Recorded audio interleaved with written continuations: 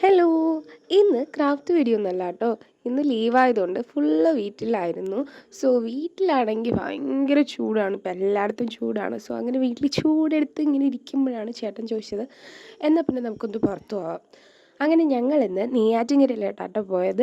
നെയ്യാറ്റിൻകര പോകാനുള്ള റീസൺ അവിടുത്തെ ക്ഷേത്രത്തിൽ ഉത്സവം നടക്കുകയാണ്. സോ അവിടുത്തെ ലൈറ്റിങ്സും പിന്നെ അവിടെ ഫേമസ് ആയിട്ടൊരു കൃഷ്ണൻ്റെ വിഗ്രഹമുണ്ട്. സോ അത് കൂടെ കാണാൻ വേണ്ടിയിട്ടാണ് ഞങ്ങൾ പോയത്. പോയപ്പോഴാണെങ്കിലോ നെയ്യാറ്റിൻകര കംപ്ലീറ്റ് തിരക്കാണ്. കാരണം ക്ഷേത്രത്തിൽ ഉത്സവമായതുകൊണ്ട് ഒരു ഭാഗത്തൊക്കെയുള്ള റോഡ് അവർ കംപ്ലീറ്റ് ആയിട്ട് അടച്ചിട്ടുണ്ട്. അതുകൊണ്ട് തന്നെ നല്ല തിരക്കുണ്ട്. അതുവഴി പോകുമ്പോഴായാലും നല്ല ട്രാഫിക് ജാം ഉണ്ട്. പിന്നെ അടിപൊളിയാണ്, ഫുള്ള് നെയ്യാറ്റിൻകര കംപ്ലീറ്റ് ലൈറ്റൊക്കെ ഇട്ടിട്ടുണ്ട്. അത് കാണാൻ നല്ല രസമാണ്. സോ ഇന്ന് ലീവും കൂടി ആയതുകൊണ്ട് ഒത്തിരി ആൾക്കാർ ഇത് കോവിലിലേക്ക് വരുന്നുണ്ട്.